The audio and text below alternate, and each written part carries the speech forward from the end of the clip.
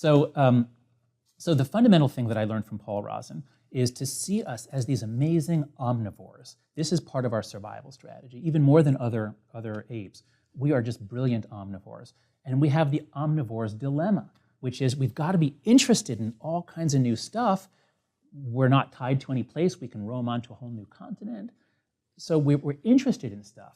But stuff has all kinds of toxins and microbes, so we have to be careful about that stuff. And so these motives have to be in tension. And this is actually an interesting way to understand the left-right difference. You have to have both motives.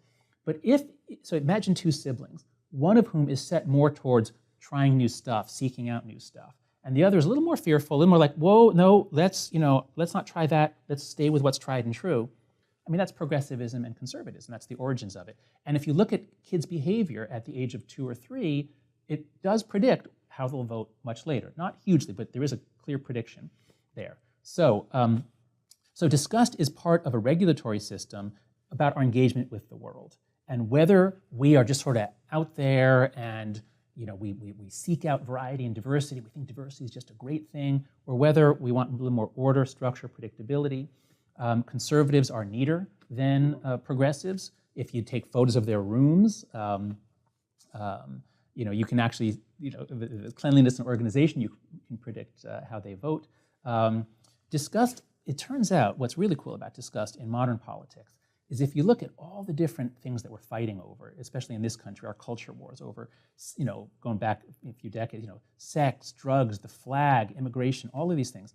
I have a study with my colleagues, it was led by Sena Koleva, in which we asked all these cultural war attitudes of people, and we also had their scores on the disgust scale, but one of the foundations of morality is sanctity and purity, and it relates to disgust. What we found is that if you know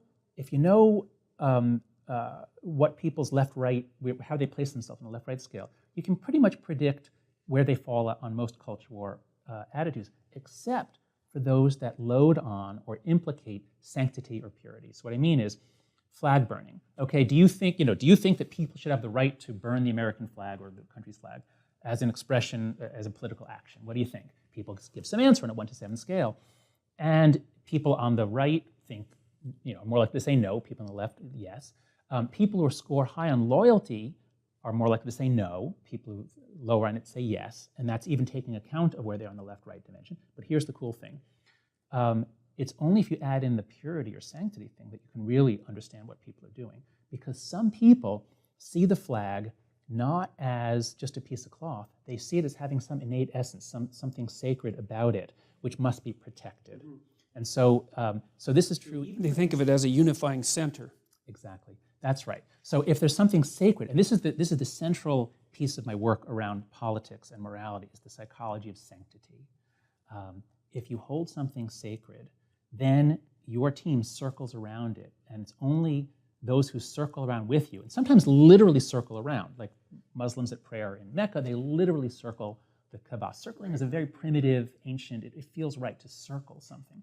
But even if you do it symbolically, or you all bow at the same time, that binds you together. Children do that with their mothers when they engage in exploratory behavior, right? Well, they use their mother as a center of the world, and children differ in the degree to which they'll move outward from their mother. So they move out until they trip over their uncertainty threshold. Oh, neat. And is it a distance? Like it's a distance, yeah. And so the more exploratory kids who are lower in negative emotion will go out farther before they come back to their mother. So the mother's a center.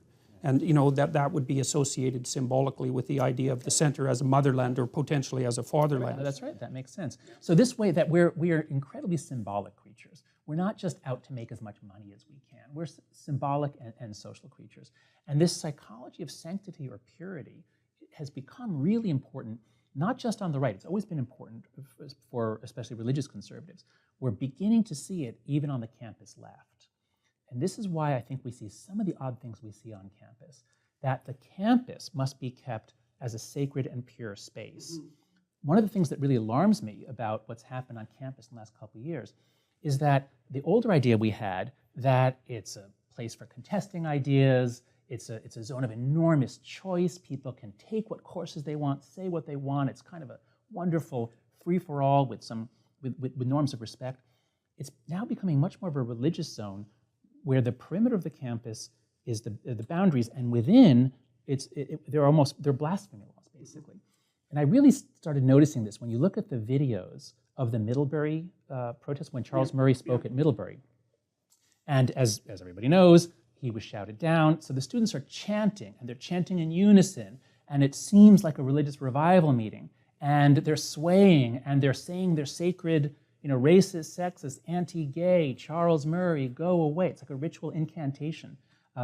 So that to define the space as safe, and it's safe in a kind of a maternal way. Not yet. So far, all that's happening is they're binding together, they're moving, and synchronous movement and call and response. So it's using a lot of tropes from religion and religious worship. But here's the cool thing: when the administrator, I forget who it is, comes on to say, "Okay, we're moving the talk," and then you hear a couple people screaming out, "Off campus, off campus," and he says, "To another location on campus," and there's like, "Oh no," because look, no one had to go to this talk, so everyone could have just stayed home. Mm-hmm. And the students did succeed in shutting down the venue, so they could have declared victory. But it's not a full victory unless he is physically off the campus. We can't have him speaking on campus because that defiles us, that pollutes us. We must shut that down. And that's where I started saying, wow, this is like full-blown psychology of religion, Durkheim, sanctity, purity, blasphemy. And that, I think, that doesn't describe most students, but that describes as sort of the core, those who really have their identities wrapped up in this movement.